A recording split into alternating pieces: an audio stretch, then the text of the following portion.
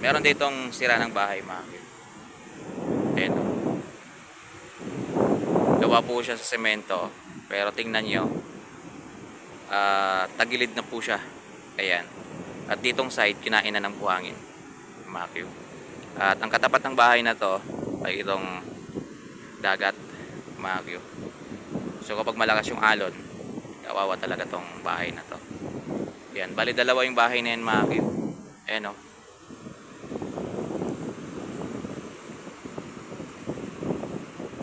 Morning mga Q, welcome po dito sa ating YouTube channel sa Pork TV.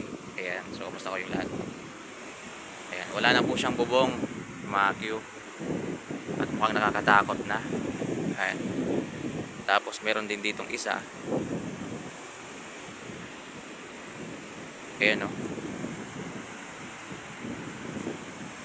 Tingnan natin dito sa gilid. Mayroong madaanan. Wala. Kakaiba yung pakiramdam ko dito mga Q.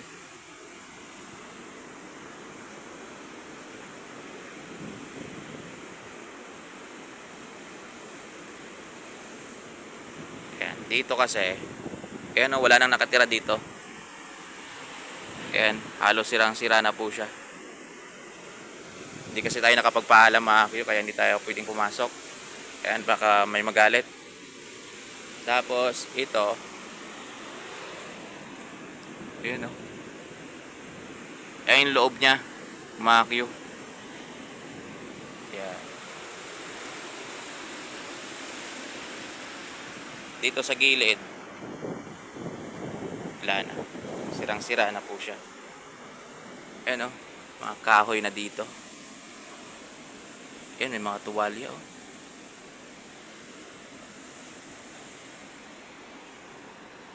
Ayan o. Sira na.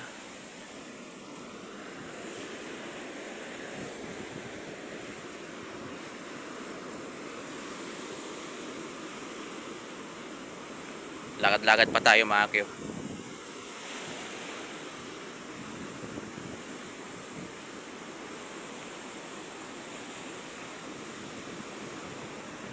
Kakaiba na yung pakiramdam ng dagat ngayon mga Q. Hindi tulad ng dati na napakasaya.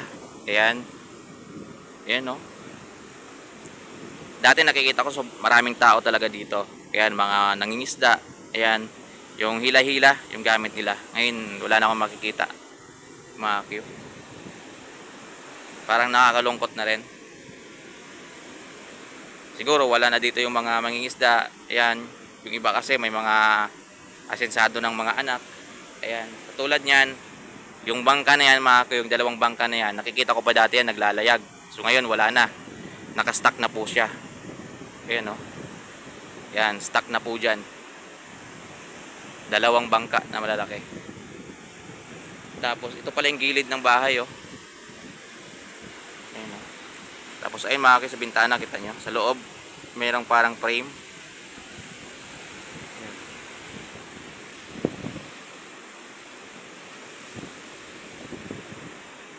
Init.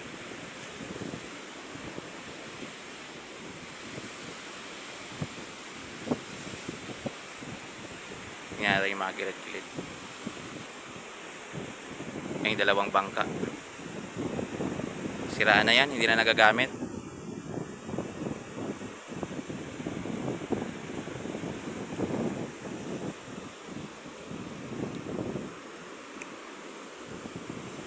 Ito yung dating seawall mga Q na nasira na rin. Ayan. Grabe pala yung kinain ng dagat, no? No? Yung isipin yung seawall dating mataas, tingnan. Ngayon, lubog na po siya. Ayan, kinain na ng ano? Kinain na ng buhangin. Mga Q.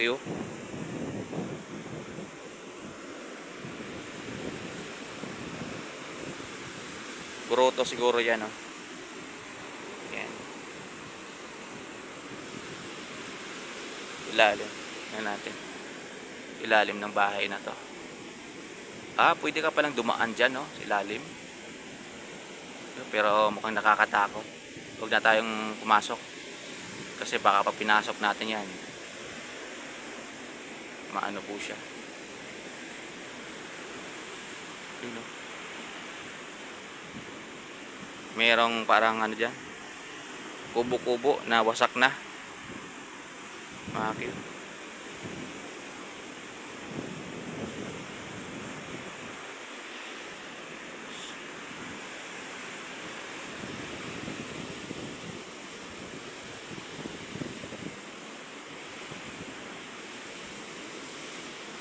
Grabe, napakainit. Yan, oh. Kung mapapansin nyo mga Q, oh, marami na rin halos basura. Ayan, oh. Yan yung mga coral. Yan, yung mga dahon-dahon na yan, galing yan sa dagat talaga. Yan. Sirang-sira na talaga yung ano natin. Kasi ayan, oh. Inaanod na po yung mga halaman sa ilalim ng karagatan, mga Q. Ayan. Inaanod na po talaga. Yan. Ito kasi mga Q, sa ilalim ng dagat to eh. Ito, oh, mga ganito. Yan. Tapos ito na, dinagsa na dito. So, ibig sabihin mga Q, yung mga halaman sa ilalim ng dagat ay ito na, natatanggal mga Q. Siguro dahil sa lakas ng alon. Yan.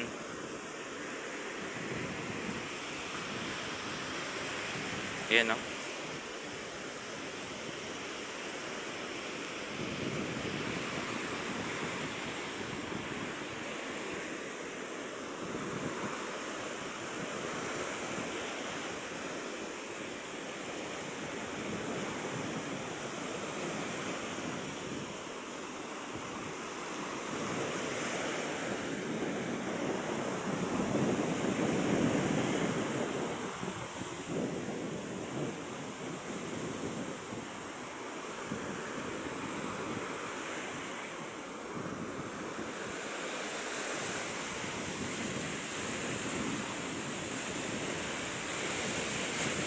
Wala. Wala talagang palatandaan dito. Ay, yung bahay kanina. Dalawang bahay.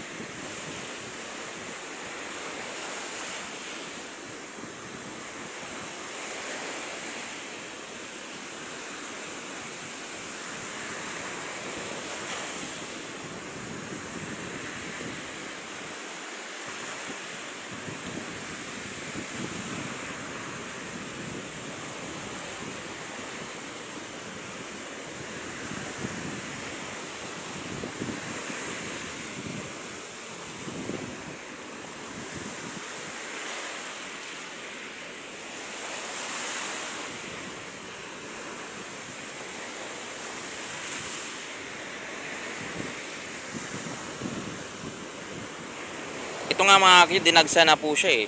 Nasa kailaliman na po ng dagat na to. Itong mga halaman na to. Pero ito dinadagsa pa rin dito sa gilid ng baybayin, mga Q.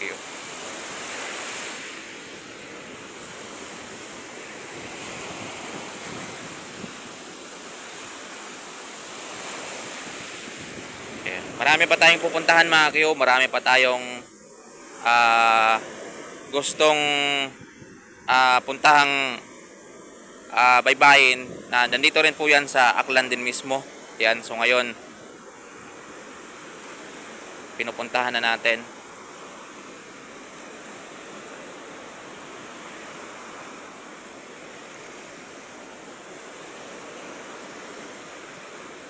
Anong petsa ngayon? February 21, mga Q. Yan, hindi ko alam kung kailan ko i-upload tong video na to. Ayan, pero kinukuha natin to February 21. Ayan.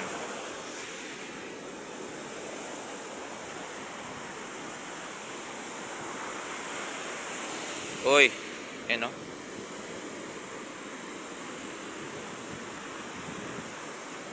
Oh, to.